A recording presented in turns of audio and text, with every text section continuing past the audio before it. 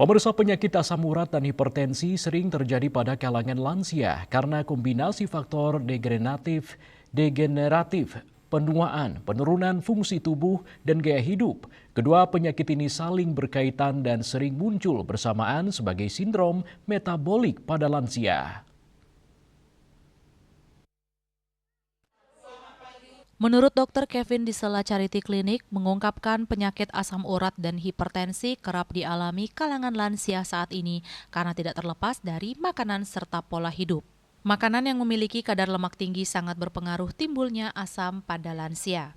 Untuk itu, dengan menjaga pola makan dan cukup, berolahraga menjadi salah satu solusi dalam mencegah terjadi asam urat maupun hipertensi. Kita temukan paling banyak sih asam uratnya tinggi sama hipertensi biasanya.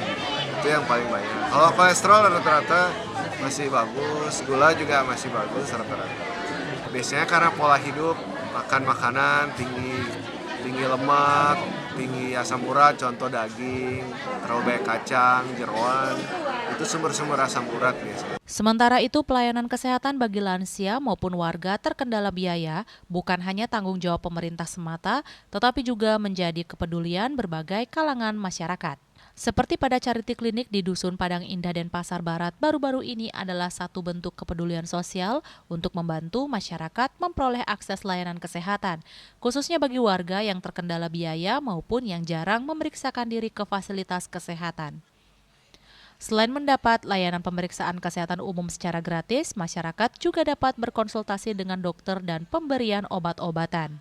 Tindakan pemeriksaan dokter dan bahkan mungkin ada obat-obatan yang bisa kami berikan sesuai dengan kebutuhan para pasien atau yang diperiksa nanti. Kita tahu bahwa sekarang ini banyak kendala-kendala yang dialami oleh penduduk atau warga di Bali ini.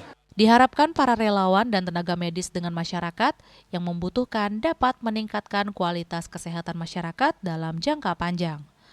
Raiswantara, Bali TV.